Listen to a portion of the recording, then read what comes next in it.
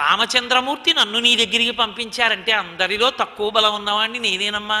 నాకన్నా సమానులు ఉన్నారు, నాకన్నా అధికులు ఉన్నారు తప్ప నాకన్నా తక్కువ వాళ్ళు సుగ్రీవుడి దగ్గర లేరమ్మా అన్నారు. ఏమి వినయమ్మా స్వామిది. అందుకే ఎవరు హనుమ పాదములు పట్టుకుంటారో వాళ్ళకి వినయం వస్తుంది. అవినయమపనయ విష్ణోహో అంటారు శంకర భగవత్పాదులు షట్పదీ స్తోత్రం చేస్తూ. మొట్టమొదట కావలసింది వినయమే అంటారు. కాబట్టి అంతటి రాశీభూతమైనటువంటి వినయం. అంత బాధపడుతున్న సీతమ్మ లంకాదహనం చేసి వెనక్కి తిరిగి వచ్చినటువంటి హనుమని చూసి, నాయనా వెళ్ళిపోతానంటావేరా, ఎన్నాళ్ళైందిరా నాయన రామకథ విని, ఈ లంకాపట్టణంలో రామకథ చెప్పేవాడు లేడురా, ఇన్నాళ్ళకొచ్చావురా తండ్రి, వెళ్ళిపోకురా, ఇంకొక్క రోజుండి రామకథ చెప్పరా అని బతిమాలింది.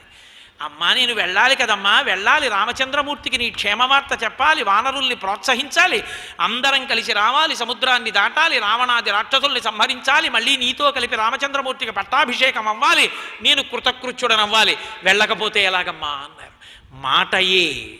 మాట చేత ఓదార్చారు తల్లిని. రామాయణమంతా మాట వైభవమే, రామాయణమంతా వాగ్వైభవమే. అందుకే ఆ వాక్కు ఉన్న నరులు రామాయణం చదువుకుంటే అబ్బా మనం ఇలా మాట్లాడచ్చు అనమాట. మన మాట చేత ఇంత శాంతి కల్పించవచ్చు, మన మాట చేత లోకానికి అంత ప్రీతి చేకూర్చచ్చు, మనకున్న మాటని సక్రమంగా వినియోగించుకోగలిగితే చాలు మనం తరించిపోతామని తెలుసుకుంటారు. అంత గొప్ప వాగ్వైభవాన్ని ఆవిష్కరించింది సీతమ్మ తల్లి. రావణాసురుడితో మాట్లాడుతూ కూడా అదే అంటుంది, ఇహ సంతో నవాసంతి సతోవా నానువర్తసే తథాహి విపరీతాతే బుద్ధిరాచారవర్జిత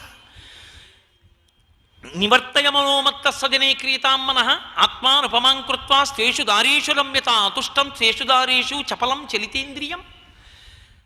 ఆవిడ ఎంత స్పష్టంగా చెప్పిందో. అందుకే సుందరకాండ ఒక యుగంలో ఒక కాలంలో ఒకరికి పనికొచ్చినది కాదు, ఏ యుగంలో ఏ కాలంలో ఎవరికైనా పనికొస్తుంది. కారణం సీతమ్మ తల్లి మాటలు. ఆవిడంటుంది, ఎందుకురా అక్కర్లేని పనులు చేస్తావు, ఇహ సంతో నవాసంతి సతోవా నానువర్తసే తథాహి విపరీతాతే బుద్ధిరాచారవర్జిత. మంచి మాటలు చెప్పేవాళ్ళు లేరా ఈ ఊళ్ళో?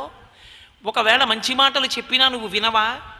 ఎందుకని నీకు ఇటువంటి ఉద్ధతితో కూడిన బుద్ధి ఏర్పడింది రావణ? ఎందుకు నువ్వు ఇలా ప్రవర్తిస్తుంటావు?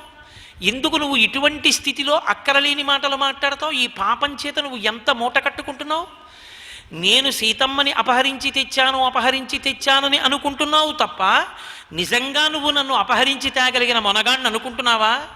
నన్ను అపహరించి తేవడం వల్ల నువ్వు కట్టుకున్నటువంటి పాపం నువ్వు ఎక్కడికెడితే మాత్రం ఆ పాపం పోతుంది. ఈ పాపం వల్లే కదా నువ్వు మరణించబోతున్నావు. అంత తపస్సు చేసినటువంటి రావణాసురుడు తన మరణాన్ని తాను వండుకున్నాడు. ఏ రూపంలోనో తెలుసా? మహాపతివ్రత అయిన సీతమ్మ తల్లి కంటి వెంట బాష్పధారలు పడేటట్టుగా ప్రతిరోజు వెళ్ళి మాట్లాడకూడని మాటలన్నీ మాట్లాడాడు. ఆ మాటలు మాట్లాడడం వల్ల మహాపతివ్రత యొక్క హృదయము గాయపడింది, బాధపడింది. ఆమె బాధపడేటట్టు ఎన్ని మాటలు మాట్లాడాడో ఆ మాటల వలన తాను చచ్చిపోవడానికి కావలసినంతటి మహాపాపాన్ని వండుకున్నాడు. ఆ పాపాన్ని వండుకున్నాడు కాబట్టే రామచంద్రమూర్తి చేతిలో మరణించాడు. కాబట్టి మాట ఒకడు చచ్చిపోయాడు, మాట ఒకరు భవిష్యత్ బ్రహ్మ అయ్యారు. అదే హనుమ మాట్లాడితే మహానుభావుడు తన మాటల వైభవం చేత భవిష్యత్ బ్రహ్మ కాగలిగారు. ఒక్క మాట ఎన్ని చోట్ల రామాయణాన్ని గతి తిప్పిందో. ఒకానొక సందర్భంలో రావణాసురుడు మాయారామచంద్రమూర్తిని సృష్టించాడు. విద్యుజ్జిహ్వుడు అని ఒక రాక్షసుడు వాణ్ణి పిలిచాడు. పిలిచి యుద్ధం ప్రారంభం అవబోతోంది. రాముడు వచ్చి తీర ప్రాంతంలో విడిది చేసి ఉన్నాడు. రాముడు యుద్ధం చెయ్యకుండా సీతమ్మని వశం చేసుకోవడానికి నేను ఒక ప్రణాళిక రచించాను, నువ్వు నాతో లోపలికి రా అన్నాడు. గదిలోకి తీసుకెళ్ళి ముమ్మూర్తుల రాముడు ఎలా ఉంటాడో అటువంటి తల, రాముడి ధనస్సు ఎలా ఉంటుందో అటువంటి ధనస్సు తయారు చేయి అన్నాడు. తన మాయాశక్తి చేత సృష్టించాడు విద్యుజిహ్వుడు. విద్యుజిహ్వుడిని తీసుకుని వెళ్ళాడు. వెళ్ళి సీతమ్మ, వాడు సీతమ్మ అనడు, నేనంటానంతే. రాత్రి రామచంద్రమూర్తి అని నేనంటాను, వాడండు. రాముడు విడిది చేసి ఉండగా నా సైన్యాధిపతి అయినటువంటి ప్రహస్తుడు నిశ్శబ్దంగా ప్రవేశించి నిద్రపోతున్న రాముని యొక్క కుత్తుక కోసేశాడు. రాముడి శరీరం విడిచిపెట్టేశాడు. అదిగో తల తీసుకొచ్చాను, చూడని అక్కడ పడేశాడు. అచ్చు రాముడి శిరస్సే. ఇదిగో చూడు రాముని యొక్క ధనస్సని బంగారు పొందులున్న ధనస్సు విసిరాడు.